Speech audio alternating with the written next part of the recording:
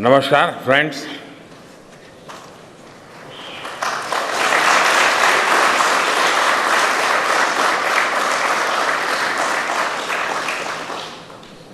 आप सभी के बीच आकर आज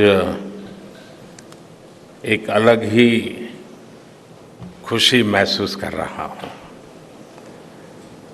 शायद ऐसी खुशी बहुत रेयर ओकेजन होते हैं जब तन मन खुशियों से भर गया हो। और व्यक्ति के जीवन में कई बार ऐसी घटनाएं घटती हैं कि वो बेसब्री हावी हो जाती है। इस बार मेरे साथ भी ऐसा ही हुआ है। इतनी बेसब्री,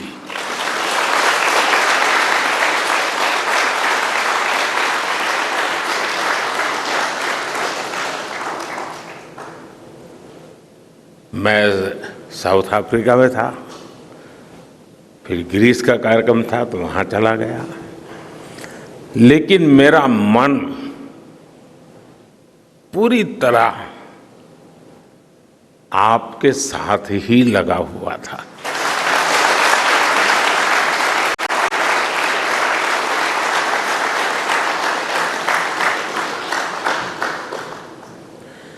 लेकिन कभी कभी लगता है कि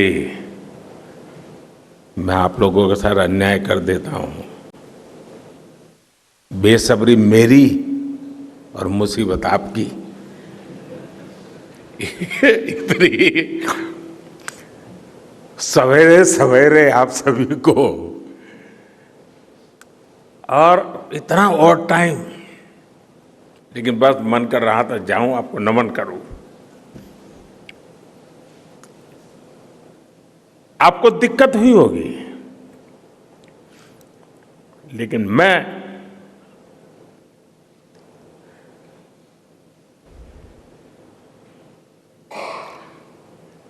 भारत में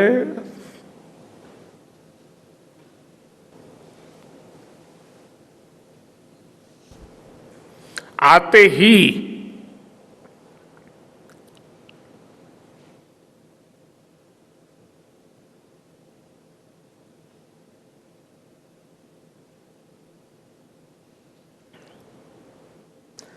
जल्द से जल्द आपके दर्शन करना चाहता था।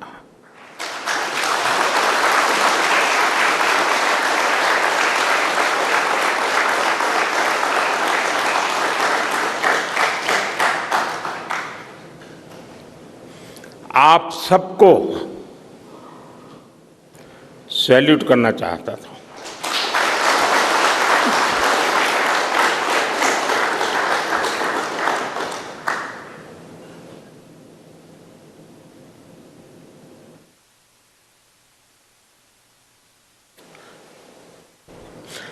सैल्यूट आपके परिश्रम को,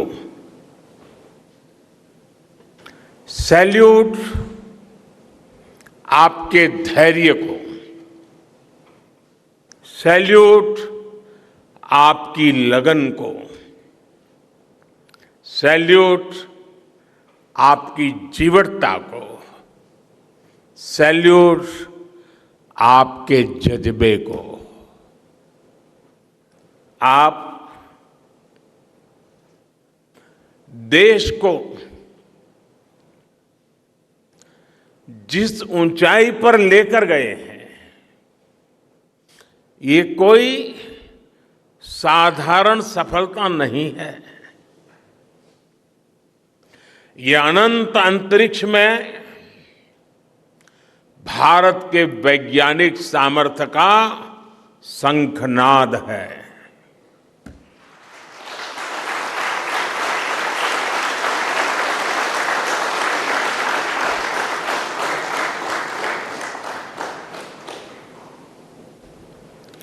India India is on the moon.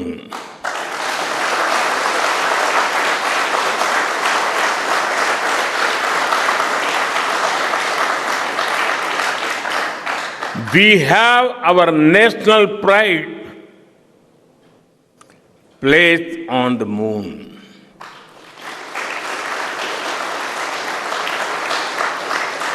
हम वहां पहुंचे जहां कोई नहीं पहुंचा था। हमने वो किया जो पहले कभी किसी ने नहीं किया था। ये आज का भारत है, निर्भीक भारत, जुझारू भारत।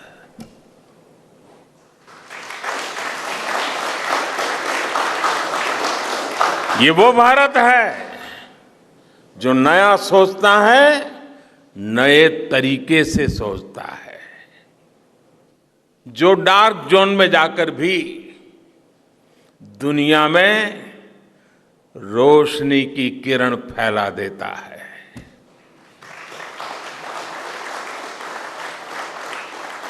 21वीं सदी में यही भारत दुनिया की बड़ी बड़ी समस्याओं का समाधान करेगा। मेरी आंखों के सामने 23 अगस्त का वो दिन, वो एक एक सेकंड बार बार घूम रहा है। जब टचडाउन कंफर्म हुआ तो जिस तरह यहां इसरो सेंटर में, पूरे देश में लोग उछल पड़े, वो दृश्य कौन भूल सकता है। कुछ स्मृतियां अमर हो जाती हैं। वो पल अमर हो गया। वो पल इस सदी के सबसे प्रेरणादायी क्षणों में से एक है। हर भारतीय को लग रहा था कि विजय उसकी अपनी है। खुद महसूस करता था। हर भारतीय को लग रहा था कि जैसे वो खुद एक बड़े एग्जाम में पास हो गया है। आज भी बधाइयां दी जा रही हैं, संदेश दिए जा रहे हैं, और ये सब मुमकिन बनाया है आप सबने, आपने।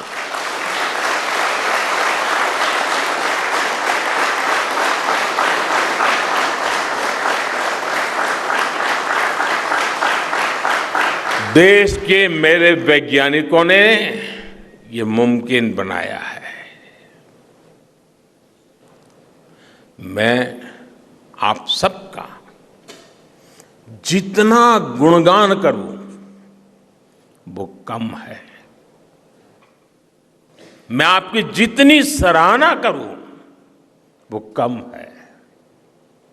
साथियों, मैंने वो फोटो देखी जिसमें हमारे मून लैंडर ने अंगद की तरह चंद्रमा पर मजबूती से अपना पैर जमाया हुआ है।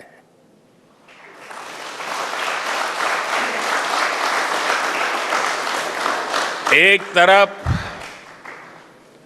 विक्रम का विश्वास है तो दूसरी तरफ प्रज्ञान का पराक्रम है।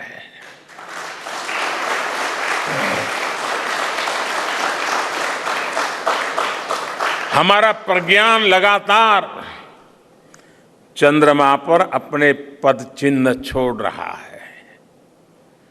अलग अलग कैमरों से ली गई जो तस्वीरें अभी रिलीज हुई और मुझे देखने का सौभाग्य मिला, वो अद्भुत है। मानव सभ्यता में पहली बार धरती के लाखों साल के इतिहास में पहली बार उस स्थान की तस्वीर मानव अपनी आंखों से देख रहा है। और ये तस्वीर दुनिया को दिखाने का काम भारत ने किया है।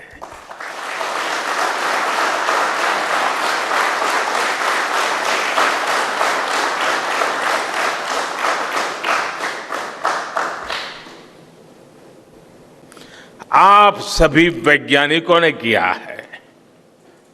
आज पूरी दुनिया भारत की साइंटिफिक स्पिरिट का,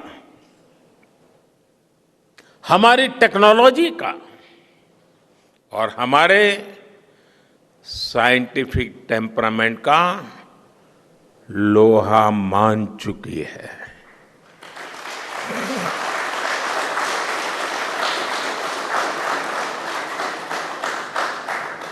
चंद्रयान महाअभियान सिर्फ भारत की नहीं बल्कि पूरी मानवता की सफलता है।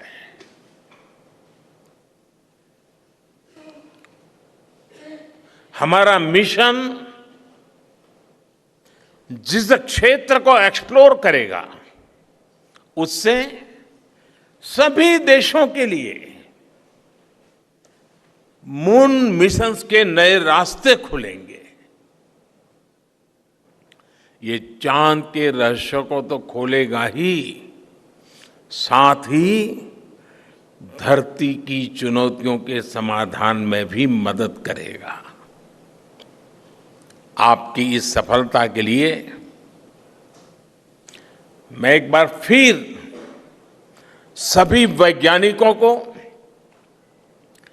टेक्नीशियंस, इंजीनियर्स और चंद्रयान महाअभियान से जुड़े सभी सदस्यों को बधाई देता हूं।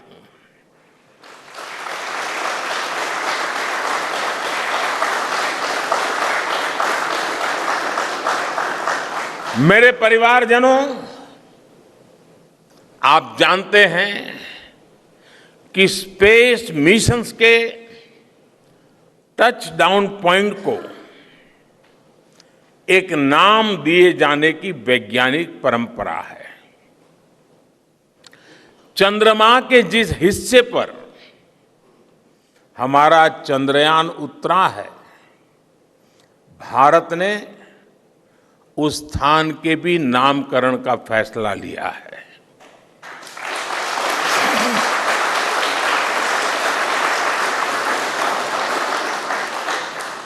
जिस स्थान पर चंद्रयान 3 का मून लैंडर उतरा है, अब उस पॉइंट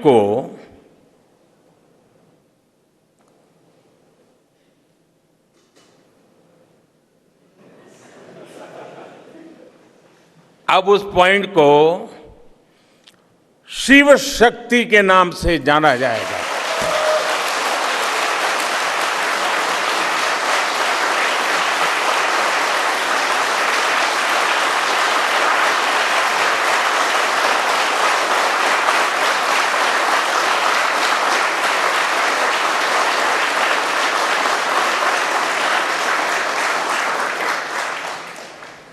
शिव में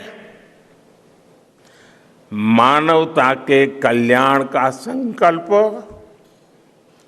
समाहित है और शक्ति से हमें उन संकल्पों को पूरा करने का सामर्थ्य मिलता है। चंद्रमा का शिव शक्ति पॉइंट हिमालय से कन्याकुमारी से जुड़े होने का बोध कराता है।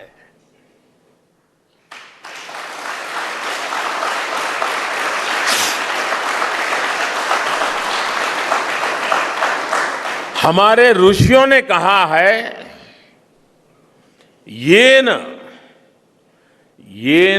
कर्माण्य पशो मनीषिणो यज्ञे कुण्वन्ति वित्तेषु धीरः यत्पूर्व यक्ष्मन्तः प्रजानां तन्मे मनः शिव संकल्पमस्तु।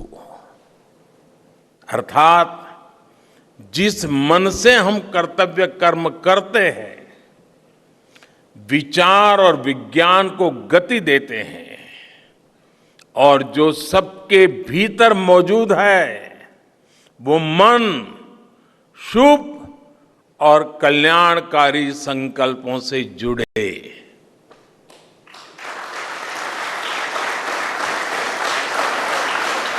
मन के इन शुभ संकल्पों को पूरा करने के लिए शक्ति का आशीर्वाद अनिवार्य है, और ये शक्ति हमारी नारी शक्ति है।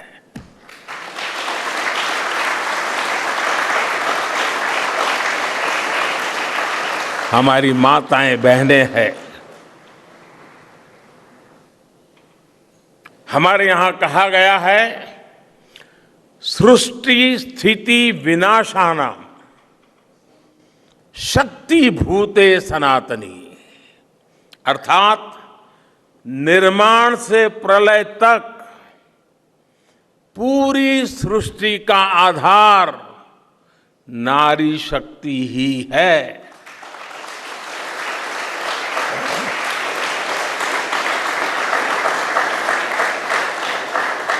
आप सबने देखा है, चंद्रयान 3 में देश ने, हमारी महिला वैज्ञानिकों ने, देश की नारी शक्ति ने कितनी बड़ी भूमिका निभाई है। चंद्रमा का शिव शक्ति पॉइंट सदियों तक भारत के इस वैज्ञानिक और दार्शनिक चिंतन का साक्षी बनेगा।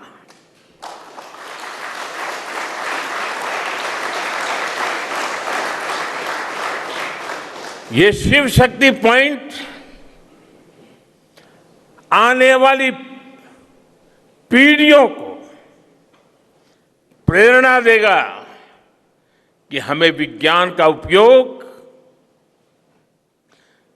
मानवता के कल्याण के लिए ही करना है। मानवता का कल्याण, यही हमारा सुप्रीम कमिटमेंट है। साथियों, एक और नामकरण काफी समय से लंबित है। 4 साल पहले जब चंद्रयान 2 चंद्रमा के पास तक पहुंचा था, जहां उसके पदचिन्ह पड़े थे, तब ये प्रस्ताव था कि उस स्थान का नाम तय किया जाए।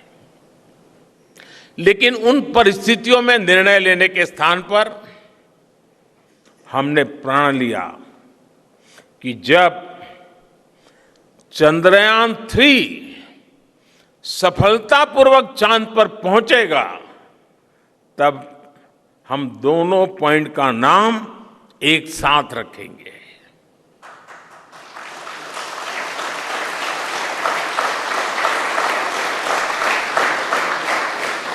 और आज मुझे लगता है कि जब हर घर तिरंगा है, जब हर मन तिरंगा है और चांद पर भी तिरंगा है, तो तिरंगा के सिवाय चंद्रयान 2 से जुड़े उस स्थान को और क्या नाम दिया जा सकता है।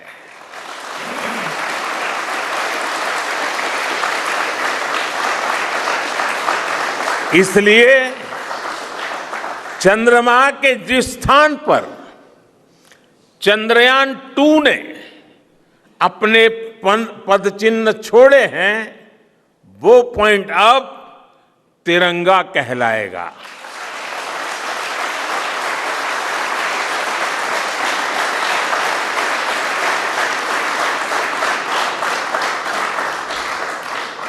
ये तिरंगा पॉइंट भारत के हर प्रयास की प्रेरणा बनेगा।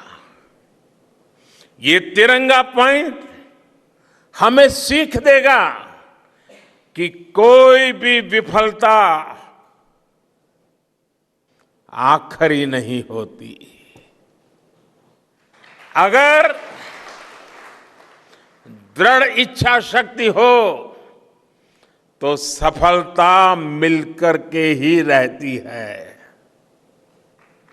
यानी मैं फिर दोहरा रहा हूं, चंद्रयान 2 के पद चिन्ह जहां है, वो स्थान आज से तिरंगा पॉइंट कहलाएगा। और जहां पर चंद्रयान 3 का मून लैंडर पहुंचा है, वो स्थान आज से शिव शक्ति पॉइंट कहलाएगा।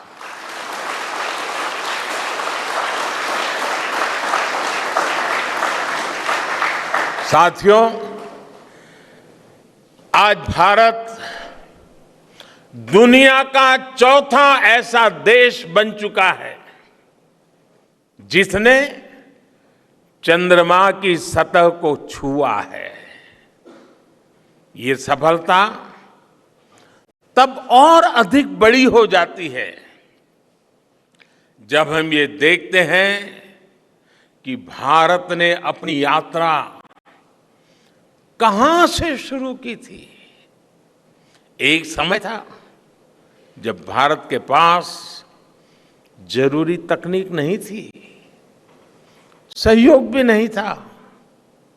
हमारी गिनती थर्ड वर्ल्ड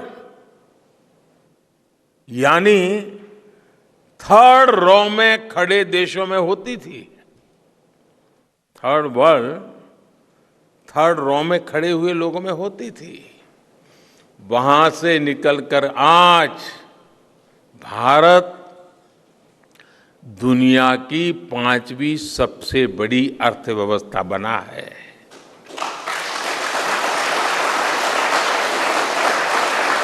आज ट्रेड से लेकर टेक्नोलॉजी तक भारत की गिनती पहली पंक्ति यानी फर्स्ट रो में खड़े देशों में हो रही है। यानी थर्ड रो से फर्स्ट रो तक इस यात्रा में इसरो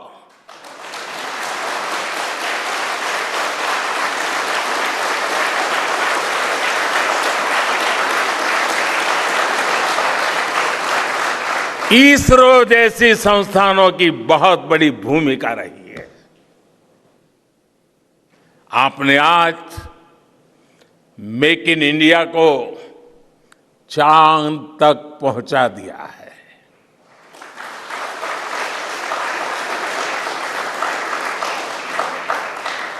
मेरे परिवारजनों, मैं आज आपके बीच आकर विशेष तौर पर देशवासियों को आपकी मेहनत के बारे में बताना चाहता हूं। जो मैं बातें बता रहा हूं वो आपके लिए नई नहीं है, लेकिन आपने जो किया है, जो साधना की है, वो देशवासियों को भी पता होना चाहिए। भारत के दक्षिण हिस्से से चंद्रमा के दक्षिणी ध्रुव तक चंद्रयान की ये यात्रा आसान नहीं थी। मून लैंडर की सॉफ्ट लैंडिंग सुनिश्चित करने के लिए हमारे वैज्ञानिकों ने इसरो की रिसर्च फैसिलिटी में आर्टिफिशियल मून तक बना डाला। इस आर्टिफिशियल मून पर विक्रम लैंडर को अलग अलग तरीके से सरफेस पर उतारकर उसका टेस्ट किया गया था। अब इतने सारे एग्जाम देकर हमारा मून लैंडर वहां गया है तो उसे सक्सेस मिलनी ही मिलनी थी।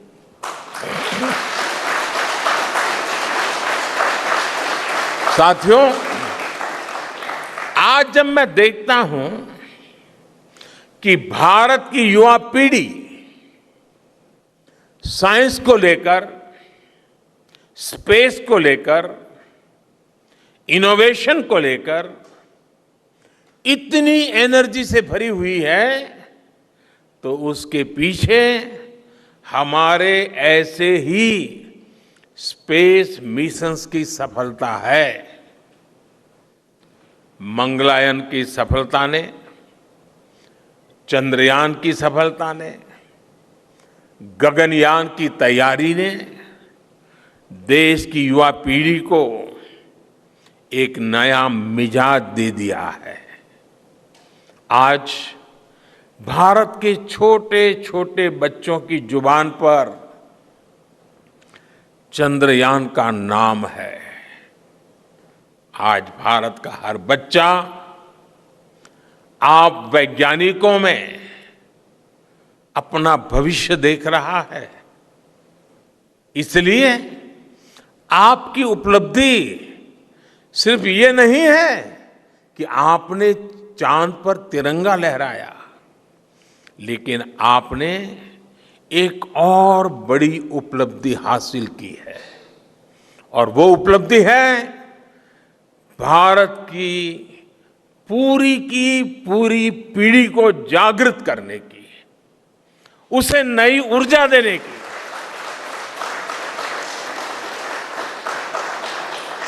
आपने एक पूरी पीढ़ी पर अपनी इस सफलता की गहरी छाप छोड़ी है। आज से कोई भी बच्चा रात में जब चंद्रमा को देखेगा तो उसको विश्वास होगा कि जिस हौसले से मेरा देश चांद पर पहुंचा है, वही हौसला, वही जज्बा उस बच्चे के भीतर भी है, उस युवा के भीतर भी है। आज आपने भारत के बच्चों में आकांक्षाओं के जो बीज बोए हैं, कल वो वट वृक्ष बनेंगे और विकसित भारत की नींव बनेंगे।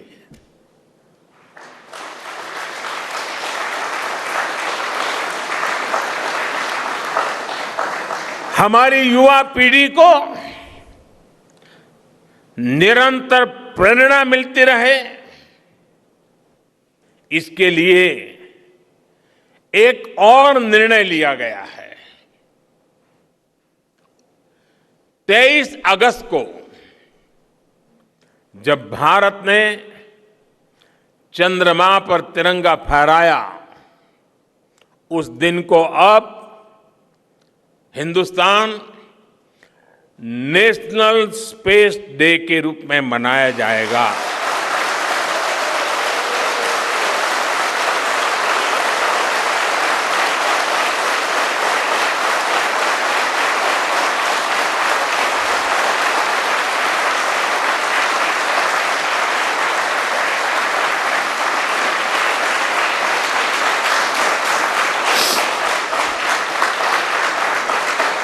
जब हर वर्ष national space day science, technology और इनोवेशन की स्पिरिट को सेलिब्रेट करेगा, हमें हमेशा हमेशा के लिए प्रेरित करता रहेगा।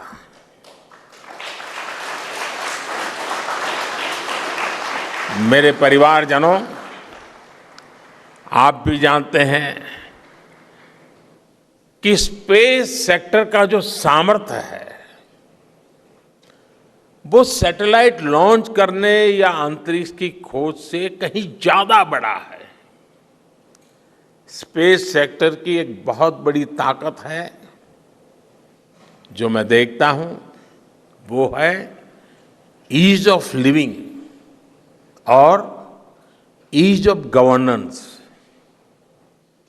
आज देश में स्पेस एप्लीकेशंस को गवर्नेंस के हर पहलू से जोड़ने की दिशा में बहुत बड़ा काम हुआ है। आप लोगों ने जब मुझे प्रधानमंत्री के रूप में काम का दायित्व दिया तो प्रधानमंत्री बनने के बाद मैंने भारत सरकार के जॉइंट सेक्रेटरी लेवल के ऑफिसर्स की स्पेस साइंटिस्ट के साथ एक वर्कशॉप करवाई थी और इसका मकसद ये था कि गवर्नेंस में, शासन व्यवस्था में ट्रांसपेरेंसी लाने में स्पेस सेक्टर की ताकत का ज्यादा से ज्यादा इस्तेमाल कैसे करें। तब किरण जी शायद हम लोगों के साथ काम करते थे। इसी का नतीजा था जब देश ने स्वच्छ भारत अभियान शुरू किया, शौचालयों का निर्माण शुरू किया, करोड़ों घरों को बनाने का अभियान चलाया, तो इन सब के मॉनिटरिंग के लिए, उसकी प्रगति के लिए स्पेस साइंस ने बहुत मदद की।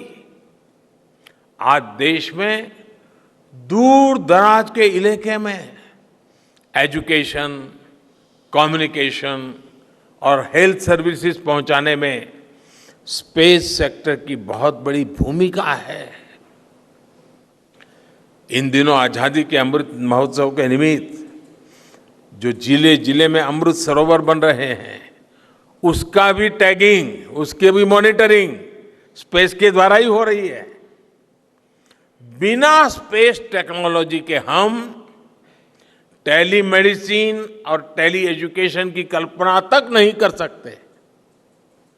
स्पेस साइंस ने देश के रिसोर्सेज के ऑप्टिमम यूटिलाइजेशन में भी बहुत मदद की है। हमारे देश के एग्रीकल्चर सेक्टर को ताकत देने में, मौसम का अनुमान लगाने में स्पेस सेक्टर जो मदद करता है वो देश का हर किसान जानता है। आज वो देख लेता है अपने मोबाइल पर अगले सप्ताह मौसम का क्या हाल है। देश के करोड़ों मछुआरों को आज नाविक सिस्टम से जो सटीक जानकारी मिल रही है वो भी आप ही की देन है। आज जब देश में बाढ़ आती है, कोई प्राकृतिक आपदा आती है, भूकंप आता है, तो हालात की गंभीरता का पता लगाने में आप सबसे पहले आगे आते हैं।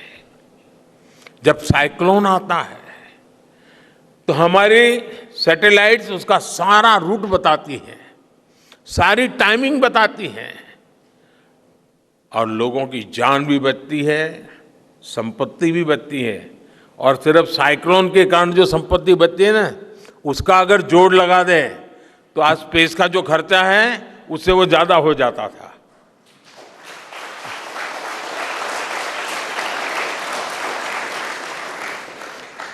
हमारे PM Gatishakti national master plan का आधार भी स्पेस टेक्नोलॉजी ही है। और आज दुनिया भारत के इस गतिशक्ति प्लेटफॉर्म का अध्ययन कर रही है कि प्लानिंग और मैनेजमेंट में ये प्लेटफॉर्म कितना उपयोगी हो सकता है। इससे प्रोजेक्ट्स की प्लानिंग, एजुकेशन और मॉनिटरिंग में काफी मदद मिल रही है। समय के साथ बढ़ता हुआ स्पेस एप्लीकेशन का ये दायरा हमारे युवाओं के लिए अपॉर्चुनिटीज भी बढ़ा रहा है, अवसर बढ़ा रहा है। और इसलिए आज मैं एक सुझाव भी देना चाहता हूं और मैं चाहूंगा कि आपके यहां से जो रिटायर्ड लोग हैं वे इसमें काफी मदद कर सकते हैं। अब ये मत बोलिएगा कि इतनी सुबह सुबह मोदी जी यहां आए और कुछ काम भी दे करके जा रहे हैं।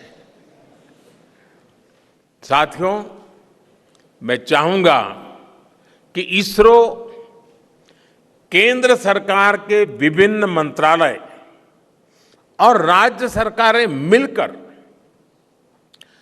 गवर्नेंस में स्पेस टेक्नोलॉजी पर एक नेशनल हैकाथॉन का आयोजन करें। इस हैकाथॉन में ज्यादा से ज्यादा युवा, ज्यादा से ज्यादा यूनिवर्सिटी, ज्यादा से ज्यादा नौजवान वो शामिल हो, जुड़े। मुझे विश्वास है ये नेशनल हैकाथॉन हमारी गवर्नेंस को और प्रभावी बनाएगा, देशवासियों को मॉडर्न सॉल्यूशंस देगा। और साथियों, आपके अलावा मैं अपनी युवा पीढ़ी को एक और टास्क अलग से देना चाहता हूं। और होमवर्क के दिए बिना बच्चों को काम करने का मजा नहीं आता है। आप सब जानते हैं कि भारत वो देश है जिसने हजारों वर्ष पूर्व ही धरती के बाहर अनंत अंतरिक्ष में देखना शुरू कर दिया था। हमारे यहां सदियों पहले अनुसंधान परंपरा के आर्यभट्ट, ब्रह्मगुप्त, वराहमिहिर और भास्कराचार्य जैसे ऋषि मनीषी हुए थे। जब धरती के आकार को लेकर भ्रम था, तब आर्यभट्ट ने अपने महान ग्रंथ आर्यभट्टीय में धरती के गोलाकार होने के बारे में विस्तार से लिखा था। उन्होंने एक्सिस पर पृथ्वी की रोटेशन और उसकी परिधि की गणना भी लिख दी थी। इसी तरह सूर्य सिद्धांत जैसे ग्रंथों में भी कहा गया है, सर्वत्रैव महिगोले, सर्वत्रैव महिगोले स्वस्थानम उपरि स्थितम मन्यन्ते खेयतो गोलस तस्य क्व ऊर्ध्वं क्व वादः। अर्थात पृथ्वी पर कुछ लोग अपनी जगह को सबसे ऊपर मानते हैं, लेकिन ये गोलाकार पृथ्वी तो आकाश में स्थित है। उसमें ऊपर और नीचे क्या हो सकता है, ये उस समय लिखा गया था। ये तो मैंने सिर्फ एक श्लोक बताया है। ऐसी अनगिनत रचनाएं हमारे पूर्वजों ने लिखी हुई है। सूर्य, चंद्रमा और पृथ्वी के एक दूसरे के बीच में आने से ग्रहण की जानकारी हमारे कितने ही ग्रंथों में लिखी हुई पाई जाती है। पृथ्वी के अलावा अन्य ग्रहों के आकार की गणनाएं, उनके मूवमेंट से जुड़ी जानकारी भी हमारे प्राचीन ग्रंथों में मिलती है। हमने ग्रहों और उपग्रहों की गति को लेकर इतना सूक्ष्म गणनाएं करने की वो काबिलियत हासिल की थी कि हमारे यहां सैकड़ों वर्ष आगे के पंचांग यानी कैलेंडर्स बनाए जाते थे। इसलिए मैं इससे जुड़ा एक टास्क अपनी नई पीढ़ी को देना चाहता हूं, स्कूल कॉलेज के बच्चों को देना चाहता हूं। मैं चाहता हूं कि भारत के शास्त्रों में जो खगोलीय सूत्र है, उन्हें साइंटिफिकली प्रूव करने के लिए, नए सिरे से उनके अध्ययन के लिए नई पीढ़ी आगे आए। ये हमारी विरासत के लिए भी जरूरी है और विज्ञान के लिए भी जरूरी है। आज जो स्कूल के, कॉलेज के, यूनिवर्सिटी के स्टूडेंट्स हैं, रिसर्चर्स हैं, उन पर एक तरह से ये दोहरा दायित्व है। भारत के पास विज्ञान के ज्ञान का जो खजाना है वो गुलामी के लंबे कालखंड में दब गया है, छिप गया है। आजादी के इस अमृत काल में हमें इस खजाने को भी खंगालना है, उस पर रिसर्च करनी है और दुनिया को भी बताना है। दूसरा दायित्व ये कि हमारी युवा पीढ़ी को आज के आधुनिक विज्ञान, आधुनिक टेक्नोलॉजी को नए आयाम देने हैं। समंदर की गहराइयों से लेकर आसमान की ऊंचाई तक, आसमान की ऊंचाई से लेकर अंतरिक्ष की गहराई तक आपके लिए, करने के लिए बहुत कुछ है। आप डीप अर्थ को भी देखिए और साथ ही डीप सी को भी एक्सप्लोर करिए। आप नेक्स्ट जनरेशन कंप्यूटर बनाइए और साथ ही जेनेटिक इंजीनियरिंग में भी अपना सिक्का जमाइए। भारत में आपके लिए नई संभावनाओं के द्वार लगातार खुल रहे हैं। 21वीं सदी के इस कालखंड में जो देश साइंस और टेक्नोलॉजी में बढ़त बना ले जाएगा, वो देश सबसे आगे बढ़ जाएगा। साथियों, आज बड़े बड़े एक्सपर्ट्स कह रहे हैं कि अगले कुछ वर्षों में भारत की स्पेस इंडस्ट्री $8 बिलियन से बढ़कर $16 बिलियन की हो जाएगी। सरकार भी इस बात की गंभीरता को समझते हुए स्पेस सेक्टर में लगातार रिफॉर्म कर रही है। हमारे युवा भी कमर कसकर तैयार है। आपको जानकर सुखद आश्चर्य होगा कि पिछले 4 साल में स्पेस सेक्टर में काम करने वाले स्टार्टअप्स की संख्या 4 से बढ़कर करीब करीब 150 हो गई है। हम कल्पना कर सकते हैं कि अनंत आकाश में कितनी अनंत संभावनाएं भारत का इंतजार कर रही हैं। वैसे कुछ दिन बाद 1 सितंबर से माईगॉव हमारे चंद्रयान मिशन को लेकर बहुत बड़ा क्विज कंपटीशन लॉन्च करने वाला है। हमारे देश के स्टूडेंट्स इससे भी शुरुआत कर सकते हैं। मैं देश भर के स्टूडेंट से आग्रह करूंगा कि आप सभी बड़ी संख्या में इससे जुड़े। मेरे परिवारजनों, देश की भावी पीढ़ी को आपका मार्गदर्शन बहुत आवश्यक है। आप जो इतने सारे इंपॉर्टेंट मिशंस पर काम कर रहे हैं, वो आने वाली पीढ़ी ही आगे ले जाने वाली है।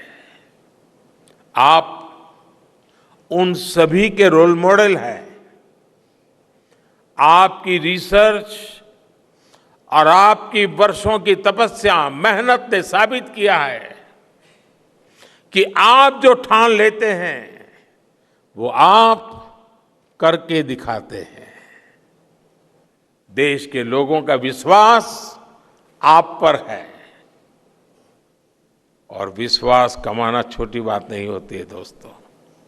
आपने अपनी तपस्या से विश्वास कमाया है।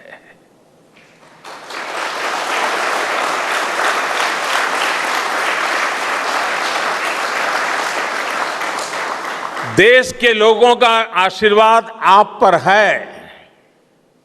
इसी आशीर्वाद की ताकत से, देश के प्रति इसी समर्पण भाव से भारत साइंस एंड टेक्नोलॉजी में ग्लोबल लीडर बनेगा। और मैं आपके बीच बड़े विश्वास के साथ बताता हूं, इनोवेशन की हमारी यही स्पिरिट ही 2047 में विकसित भारत के सपने को साकार करेगी। इसी विश्वास के साथ मैं फिर एक बार आप सबके दर्शन करके पावन हुआ हूं। देशवासी गौरव से भरे हुए हैं। सपने बहुत तेजी से संकल्प बन रहे हैं और आपका परिश्रम उन संकल्प को सिद्धि के तक ले जाने के लिए बहुत बड़ी प्रेरणा बन रहा है। आपको जितनी बधाई दूं कम है, जितना अभिनंदन करूं कम है। मेरी तरफ से करोड़ों करोड़ों देशवासियों की तरफ से, दुनिया भर की साइंटिफिक कम्युनिटी की तरफ से अनेक अनेक धन्यवाद, बहुत बहुत शुभकामनाएं। भारत माता की, भारत माता की, भारत माता की। धन्यवाद।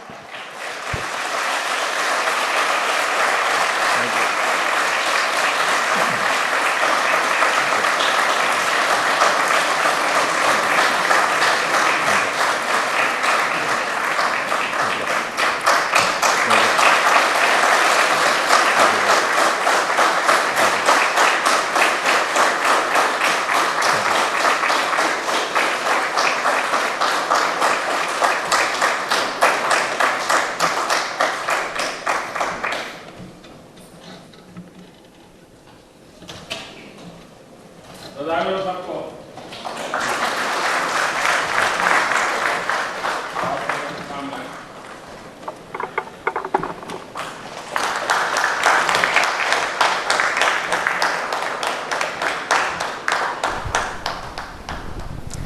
కోట్ల మంది దేశ ప్రజల తరపు నుండి అభినందనలు అంటూ శాస్త్రవేత్తలకు అభినందించారు. భారత్ మాతాకి జై అంటూ తన ప్రసంగాన్ని ముగించారు ప్రధానమంత్రి నరేంద్ర మోదీ. ఇస్రో కేంద్రం బెంగళూరులో నుండి మనం లైవ్ దృశ్యాలు చూస్తున్నాము. ఇస్రో శాస్త్రవేత్తలను చూసి దేశం గర్విస్తోంది. ఇస్రో శాస్త్రవేత్తలకు సాల్యూట్ అంటూ తన ప్రసంగాన్ని మొదలుపెట్టారు. ఒకంత భావోద్వేగానికి గురయ్యారు ప్రధానమంత్రి నరేంద్ర మోదీ. చంద్రుడిపై చంద్రయాన్ 3 ల్యాండింగ్ ని గుర్తు చేసుకునేలా 23 ఆగస్టును నేషన్ స్పేస్ డేగా ప్రకటించారు ప్రధానమంత్రి నరేంద్ర మోదీ. చంద్రయాన్ 3 ఎక్కడైతే ల్యాండ్ అయిందో చంద్రుడి మీద, ఆ ప్రదేశాన్ని శివశక్తిగా పేరు పెడదాం అన్నారు ప్రధాని. మరి చంద్రయాన్ 2 రోవర్ ఎక్కడైతే ల్యాండ్ అయిందో దాని పేరేమో తిరంగా అంటూ నామకరణం చేశారు ప్రధానమంత్రి నరేంద్ర మోదీ. అంతేకాదు ఇస్రో శాస్త్రవేత్తల్లో అనేక మంది విమెన్ కూడా ఉన్నారు, మహిళలు కూడా ఉన్నారు. చంద్రయాన్ 3 సక్సెస్ఫుల్ గా రన్ చేయడంలో భాగమైనటువంటి మహిళల్ని అభినందించారు. భారత నారీ శక్తిని చాటి చెప్పారు అంటూ ప్రధాని వారిని అభినందించారు. ఇస్రో కేంద్రంలో సందడి వాతావరణం చూస్తున్నాము. చంద్రయాన్ 3 సక్సెస్ ని మరోసారి సెలబ్రేట్ చేసుకుంటున్న దృశ్యాలు చూస్తున్నాము. ప్రజ్ఞాన్ రోవర్ అనంత విశ్వంలో శంఖనాదం చేసిందన్నారు ప్రధాని నరేంద్ర మోదీ. చంద్రయాన్ 2 ఫెయిల్ అయినప్పుడు వెనకడుగు వేయలేదు, కానీ ఇంకా ముందుకే వెళ్ళాము. ఇప్పుడు ప్రతి ఇంటి మీద మన జాతీయ జెండాని ఎగురవేయటమే కాదు, చంద్రుడి మీద కూడా తిరంగాని ఎగురవేశామంటూ ప్రధాని మోదీ ప్రశంసించారు. ప్రతి ఒక్క శాస్త్రవేత్త యొక్క హార్డ్ వర్క్ ని, కృషికి తలవంచి నమస్కరిస్తున్నా అన్నారు ప్రధాని నరేంద్ర మోదీ. రెట్టించిన ఉత్సాహంతో చంద్రుడిపై జెండా ఎగురవేశామన్నారు. శాస్త్రవేత్తలందరినీ కూడా అభినందించారు ప్రధాని.